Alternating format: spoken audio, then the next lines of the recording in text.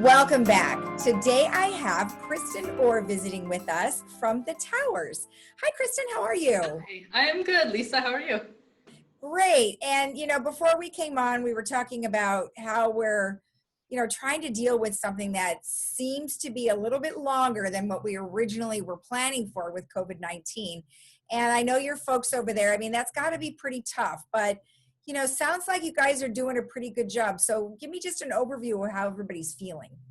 That's a good question. I think just like everyone else in life, our family and neighbors and friends, all that, everybody goes up and down.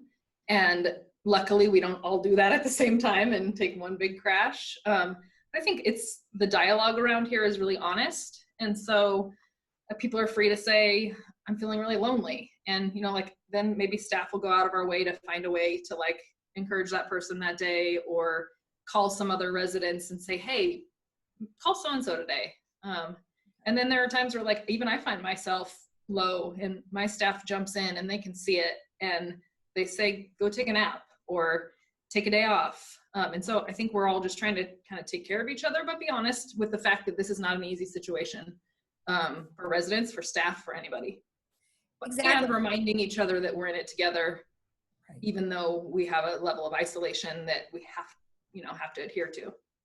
Right. And the other day I was speaking with social services and they were talking about a program that they have called the Buddy Program. So it sounds like you're initiating something like that on your own, internally, which is really a great source because, as you know, we are in it all together, and building each other up is all we can do right now, especially when we can't give each other hugs, or, you have to kind of Right. verbally just tell everybody it's going to be okay. I know, isn't it weird? Even occasionally if somebody accidentally will touch me or hug me, it's oh, shocking, because you're so used to not having that. And so it is, yeah, and that weighs on us. And like we were talking about before, to not know when that finish line is going to arrive can also be really emotionally and mentally taxing. And so I think also speaking that out loud and saying, we don't know when the finish line is going to come, but we're going to live life one day at a time and make it as normal as possible while using precautions that we know we have to have in place. Right. And actually, when you said that you're a little, kind of set back when somebody does sort of reach out, it's such an unusual position for us to be in. So how would you say, people, you're dealing with COVID exposures? What is it you do for those folks? For people who potentially have been exposed, or just how are we trying to prevent exposure? How are you responding to it if somebody was, how have you been preparing? Yeah, that's such a good question. And my answer would have changed along the way, because I've learned so much. And as a staff and a community, we've learned so much since March. We've had 3 different situations where we had to have a more emergent type response to COVID. And each response has been slightly different because of the exposure and the tracing. And a lot of times I think too, when you're not super primary as far as exposure goes, the county doesn't jump right in. And so then I've kind of learned how to do a little bit of that tracing, and we have a log at our reception area where every single person coming in and out of the building that is not a resident checks in with the unit they're reporting to, how long they're going to be there, the nature of their visit, they get their temperature checked, and we take their phone number. That way, for tracing purposes, if we need that information, we can go back and do it. So yeah, there's been a level of response to the point where we've had everybody in the building do a light version of a voluntary quarantine. We've never been on mandatory quarantine, but residents of the Towers are really, really responsive to staff direction when it comes to that, because I think they know that we're making choices to try and keep everybody as healthy and safe as possible. Mm-hmm. So everybody does a good job of kind of following suit with the plan we come up with each time. Now, the last time we had talked to you, you had, it was very early on, and you guys were doing lots of activities outside and people were coming onto their balconies and things like that. Are you still doing that today? We are. Yeah, we have Tony Rogers still come pretty frequently. He was here on the 4th of July. And so normally the 4th of July is one of our biggest parties all year long. And so it's this mental shift of I think before, when we thought COVID was going to end any day, we'd say, let's have that party next week. Let's have that party next month. But now it's nope, let's figure out how to have that party at 50% energy, but we're having it anyway because that's the best we can do right now. So Tony performed in front of the building and on both sides in the back. The kitchen served the same kind of barbecue food they would normally, and they sent a flag in everybody's bag, so everybody had their own little piece of decor.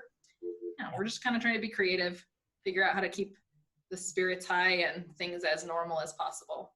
And I think that's what many people are trying to do, is they really are trying to come up with really cool stuff. In fact, the parade that they did in the village on July 4th was really creative. Everybody decorated their golf carts and they wore crazy clothes. And so, I mean, the spirit is there. We just have to do it in a different way, like you mentioned. So I think that's great.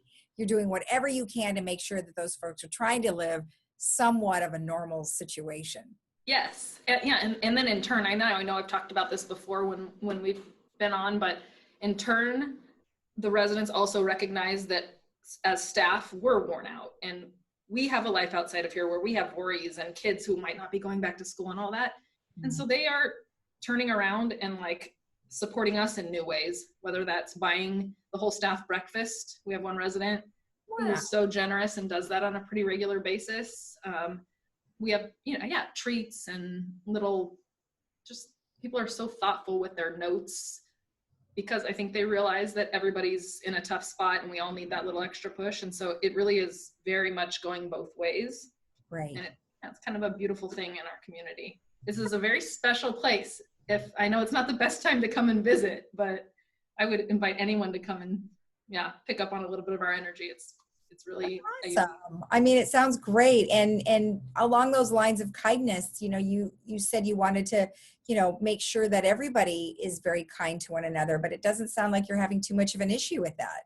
Yeah. I mean, you could ask my staff. There are some days where they're like, I'm staying away from Kristen today. Like we obviously all have our times, but overall people are, and maybe this is true. This is mostly my world right now. So I don't experience the outside world a whole lot. Maybe it's true of a lot of communities, like everyone is choosing to rise to the occasion and be at their best, knowing that we have no other choice. And to bring negative energy is not going to be helpful to anyone.